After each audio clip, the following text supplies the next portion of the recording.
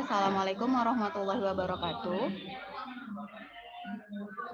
Waalaikumsalam warahmatullahi wabarakatuh. Ya, selamat pagi dan salam sejahtera bagi kita semua. Nah, ibu-ibu, di sini saya akan memaparkan salah satu materi kita selama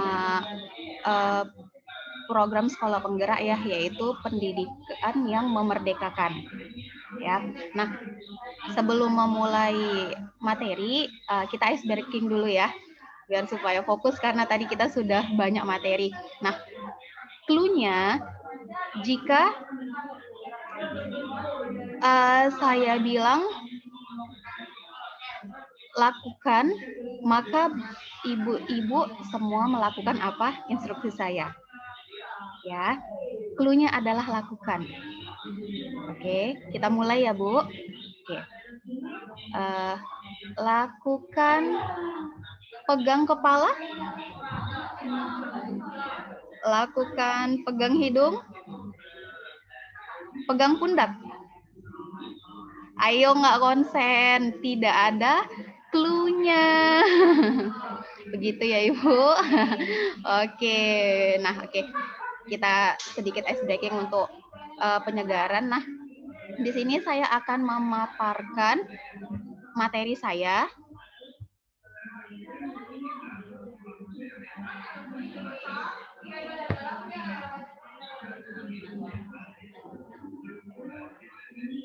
Oke, sudah nampak Ibu? Ya. Sudah Bu. Sudah jelas. Oke, sudah ya. Nah, di sini itu adalah pendidikan yang memerdekakan.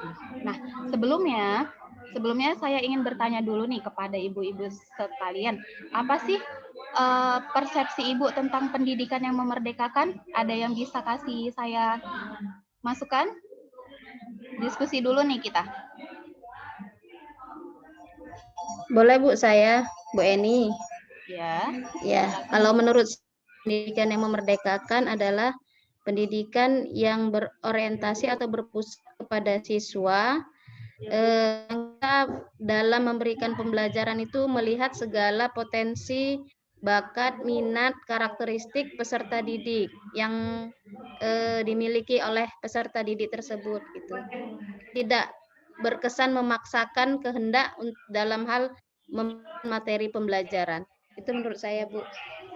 Oke, terima kasih Bu Eni. Ibu-ibu yang lain ada masukan lagi? Mungkin Bu Yulina ada? Hampir sama Bu dengan Bu Eni tadi, orientasinya itu pada siswa. Jadi kita itu mendorong siswa untuk aktif, tidak merasa tertekan dan bisa berkreasi, tidak minder dengan perbedaan dia dengan orang lain, karena setiap siswa kan punya potensi. Jadi kita sebagai guru itu mau pendidikan mereka mendorong siswa untuk mengembangkan potensinya dengan percaya diri. Oke, terima kasih Bu Yulina. Nah, apa yang ibu-ibu sampaikan tadi benar ya Bu, bahwa pendidikan yang memerdekakan itu adalah pendidikan yang berpusat kepada siswa ya kan, di mana siswa memiliki kebebasan untuk berkreasi ya kan. Beda dengan pendidikan pada zaman dahulu, yaitu orientasinya teacher center ya Bu ya. Teacher center ya kan, di mana guru adalah sebagai fasilitator, kemudian dia juga ceramah itu lebih dominan gitu kan, dan siswa tidak diberikan banyak kebebasan untuk menyampaikan aspirasinya, menyampaikan kreativitasnya. Nah, pendidikan pada zaman dahulu itu sangat mengekang siswa, di mana siswa tidak bisa berkreasi. Nah, untuk itu dengan kemajuan teknologi sekarang, kemudian kemajuan pendidikan sekarang, maka digalakkanlah pendidikan yang memerdekakan, ya kan Bu? Nah, di sini dia. Nah, pendidikan adalah usaha sadar dan terencana yang tertuang dalam tujuan pendidikan. Pendidikan itu soal dasar, yaitu mewujudkan suasana belajar dan proses kegiatan pembelajaran agar siswa secara aktif mengembangkan potensi dirinya untuk memiliki kekuatan spiritual, keagamaan, kepribadian, kecerdasan, dan lain sebagainya, ya kan? Ini adalah pendidikan yang memerdekakan yang saya dapat dari berbagai sumber. Nah, bagaimana pengertian pendidikan yang memerdeka? Nih, seperti yang Ki Hajar Dewantara pernah sampaikan dulu ya Bu ya, kalau ibu-ibu pernah ingat di materi kita di hari kedua kalau saya nggak salah itu tentang pendidikan yang memerdekakan. Nah di sini pendapat Ki Hajar Dewantara yaitu pendidikan merdeka itu berdaya upaya dengan sengaja untuk memajukan hidup, tumbuhnya budi pekerti, rasa pikiran dan roh, dan badan anak dengan jalan pengajaran, teladan dan pembiasaan. Jangan disertai perintah dan paksaan. Nah, kira-kira ibu-ibu setuju dengan pendapat Ki Hajar Dewantara? Ya, setuju Bu. Setuju ya kan? Ya, itu benar. Nah, tujuan pendidikannya yaitu memerdekakan manusia. Nah, manusia yang merdeka itu hanya ada 2 poin. Yang pertama, selamat dan bahagia ya kan? Kalau dia tidak selamat dan dia tidak bahagia, otomatis dia tidak merdeka ya Bu ya? Iya, karena dia ada tekanan dari berbagai pihak yang menekan kreativitasnya. Kemudian pendidikan yang memerdekakan itu, ini di slide selanjutnya saya tampilkan. Sebentar ya Bu. Ini dia. Pendidikan yang merdeka adalah pendidikan yang berpusat pada anak. Nah, ada beberapa poin, yaitu yang pertama, guru hanya sebagai fasilitator. Ya kan Bu, kalau kita lihat pendidikan zaman dulu guru itu bukan hanya sebagai fasilitator ya kan, tapi guru yang memberikan pertanyaan, guru yang menjawab juga ya kan. Saya ingatnya dulu seperti itu waktu saya masih SD. Kemudian siswa diberi kesempatan menentukan cara belajar mereka sendiri. Ya kan? Nah, ini juga salah satu poin dari pendidikan yang memerdekakan, di mana siswa diberikan kesempatan untuk menentukan cara mereka belajar. Kemudian siswa merupakan tokoh utama pembelajaran. Nah, ini juga yang biasa sering kita sebut student center ya Bu ya. Siswa merupakan tokoh utama dari proses pembelajaran karena guru hanya sebagai fasilitator saja, penyampai yang memfasilitasi siswa. Kemudian siswa mampu merumuskan harapannya sendiri, ya kan? Di pendidikan yang memerdekakan ini, siswa diberikan kesempatan untuk merumuskan harapannya sendiri. Kemudian yang terakhir, siswa termotivasi untuk mencapai sasaran yang sudah ditetapkannya sendiri. Artinya guru hanya memberikan motivasi kepada siswa supaya siswa bisa mencapai tujuan yang diinginkannya. Kan? Kemudian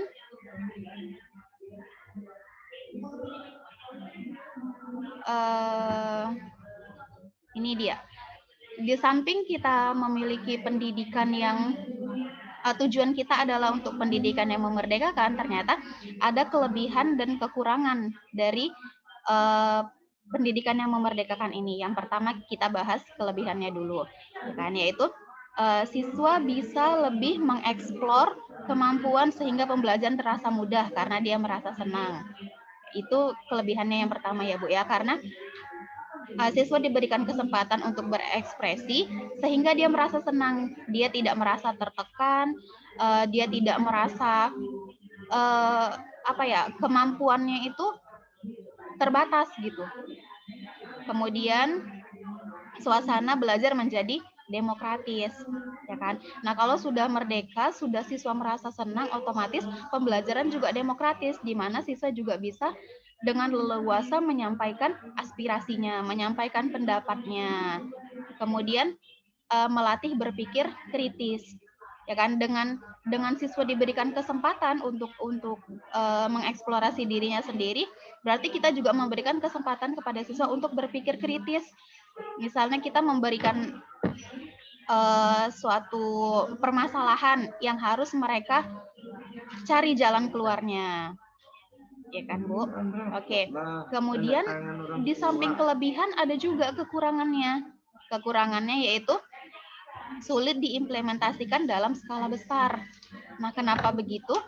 Karena kita harus satu persatu mengetahui kesenangan siswa. Jadi jika dalam skala besar itu akan mengalami kesulitan. Nah, Bu, kemudian memerlukan waktu adaptasi untuk mereka yang tidak terbiasa dengan mandiri dan demokrasi. Nah, terkadang di suatu kelas ada beberapa anak yang tidak semua bisa terbuka, Bu, ya kan? Ada yang masih tertutup, ada yang tidak bisa beradaptasi dengan teman-temannya, kemudian tidak bisa mandiri dan demokrasi karena mereka belum berpikir terbuka tentang cara belajar yang merdeka, yang mereka mau seperti apa. Kemudian fasilitas sekolah pada masing-masing sekolah. Nah, ini juga menentukan ya, Bu ya, jika fasilitas sekolah tidak mendukung kita untuk belajar sesuai dengan kesenangan siswa juga agak sulit ya. Kemudian itu tadi pemaparan saya mengenai pendidikan yang memerdekakan. Kemudian di sini ada mindset ya. Ada kalau dibilang peribahasa sih bukan, tapi kata-kata bijak lah istilahnya. I can learn to do anything I want. Saya dapat belajar apapun yang saya inginkan. Challenge help me to grow. Tantangan membantu saya untuk tumbuh. Ya kan? My effort and attitude determine my ability. Jadi sikap saya itu menentukan bagaimana saya, dan feedback is konstruktif. Jadi kritik itu adalah membangun, kan Bu? Nah, cukup sekian pemaparan materi dari saya. Jika ada yang ingin ditanyakan atau kita berdiskusi ya Bu, karena saya juga belajar, jadi kita sama-sama diskusi atau ada masukan, saran, boleh Ibu dipersilahkan.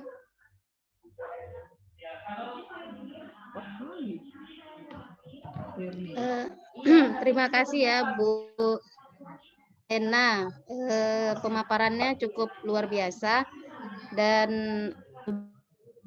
kita untuk bagaimana memerdekakan pendidikan yang memerdekakan ini nantinya akan kita terapkan kepada siswa kita di kelas masing-masing. Jadi mungkin ini saya tanyakan begini Bu, beberapa tahun belakangan ini ataupun sebelum kita mengenal konsep Merdeka Belajar, itu dalam sekolah ataupun kelas masing-masing, kita terkadang sering sekali memaksakan kehendak ya, sedikit memaksakan kehendak kita kepada siswa. Sebagai contoh mungkin dalam hal menggambar ya, misalnya menggambar. Ketika si anak tadi menggambar sebuah pemandangan, mungkin kita merasa heran gitu kan. Misalnya ada pohon yang daunnya berwarna merah gitu. Nah, jadi kebanyakan pada zaman dahulu itu daun kok merah gitu kan. Jadi menurut saya nih, apakah dengan kita membebaskan anak untuk mengekspresikan seni yang dia punya atau menurut pemikirannya, apakah itu kita sudah memberikan kemerdekaan belajar bagi siswa gitu kan? Kalau yang dulu dilarang, apakah sekarang boleh bebas? Nah, mungkin itu pertanyaan dari saya. Jadi maksudnya bentuk atau model seperti apa yang kita berikan untuk anak peserta didik kita supaya dia merasa merdeka dalam belajar? Itu mungkin Bu. Terima kasih kepada Bu Eni yang sudah memberikan pertanyaan. Nah, saya mencoba menjawab ya Bu. Berdasarkan hasil pengalaman saya ketika dulu memang saya pernah juga seperti itu gitu kan. Saya memaksakan lah, istilahnya memaksakan kepada siswa, ini harus seperti ini, harus seperti ini, kriterianya seperti ini, lain dari ini salah gitu kan. Nah, tapi setelah saya telaah kemudian seiring berjalannya waktu dengan sekarang, ternyata apa yang saya lakukan dulu itu salah gitu. Dengan mengekang mereka nggak bebas gitu Bu. Memang mereka berbuat sesuai dengan yang kita perintah gitu kan, namanya kita juga gurunya gitu kan. Tapi ada raut wajah yang memang saya tertekan gitu. saya tertekan, saya lakukan tapi saya tertekan gitu, saya nggak bahagia. Itu yang saya tangkap dari siswa. Kemudian setelah seiring dengan berjalannya waktu dan kemudian ada pendidikan yang memerdekakan seperti ini, nah saya memberikan suatu tugas yang misalnya tentang menggambar tadi ya saya memberikan kebebasan kepada mereka. Memang secara logika kita nggak sedikit lain ini ya kan, ada gambar pemandangan yang tidak seharusnya seperti pemandangan gitu, tapi dengan begitu kemudian kita beri mereka penghargaan, kita beri mereka masukan, oh iya ini gambarnya bagus, kreatif ya, ada burung yang warnanya hijau misalnya gitu kan. Nah mereka senang gitu, dan efeknya apa? Efeknya ketika dikasih tugas lagi ke depannya mereka ya happy aja gitu Bu. Itu berdasarkan pengalaman saya. Mungkin ibu yang lain ada masukan, boleh Bu.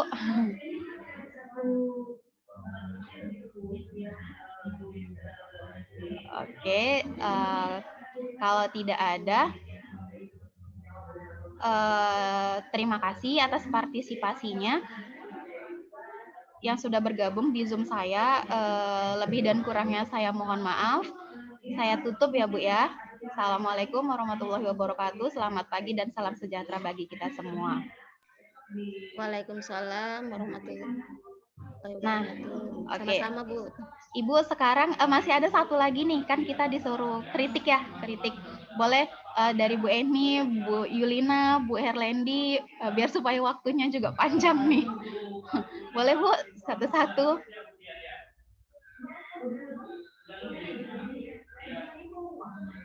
Bu Lina dulu, Bu Lina. Oke, Bu Lina, silakan Bu.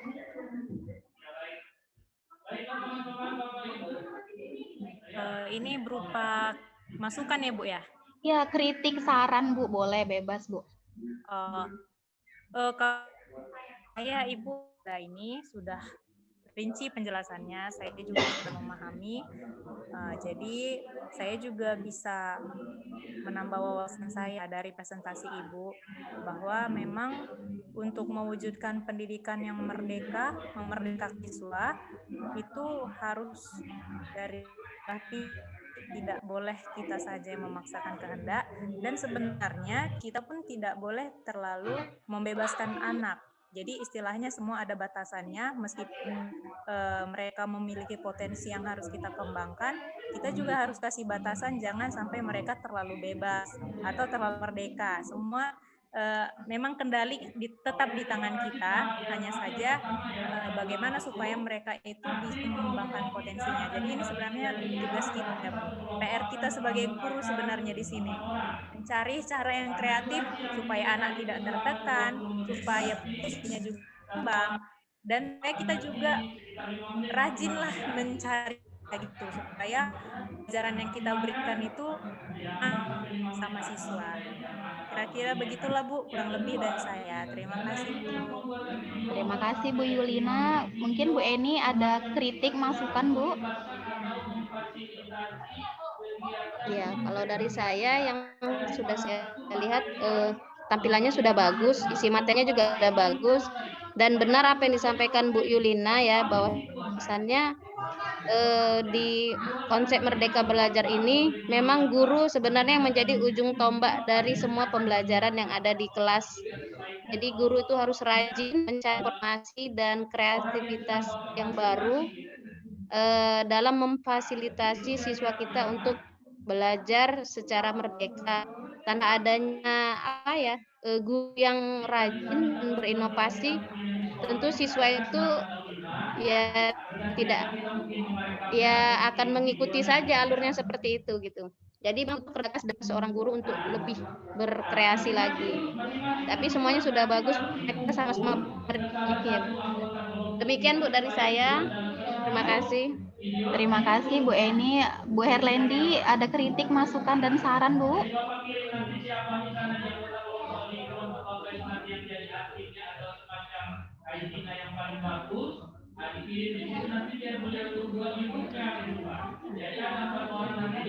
Bu Herlendi, bisa dengar suara saya Bu? Bu Herlendi, suaranya masih di mute. Iya Bu. Mic-nya. Di unmute dulu, Bu. Ya, jadi menurut saya juga penjelasan Ibu sudah cukup baik.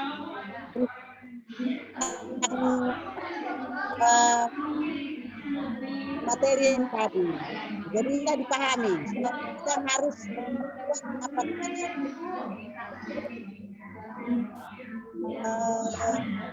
Kita harus bagaimana berpikir supaya senang. Terima kasih, Bu. Oke, terima kasih Bu Ibu atas saran, kritik, dan masukannya. Harapannya ke depan kita bisa melakukan pendidikan yang memerdekakan kepada siswa ya Bu ya. Oke Ibu, terima kasih. Saya akhiri kembali ya. Assalamualaikum warahmatullahi wabarakatuh. Selamat pagi dan salam sejahtera bagi kita semua.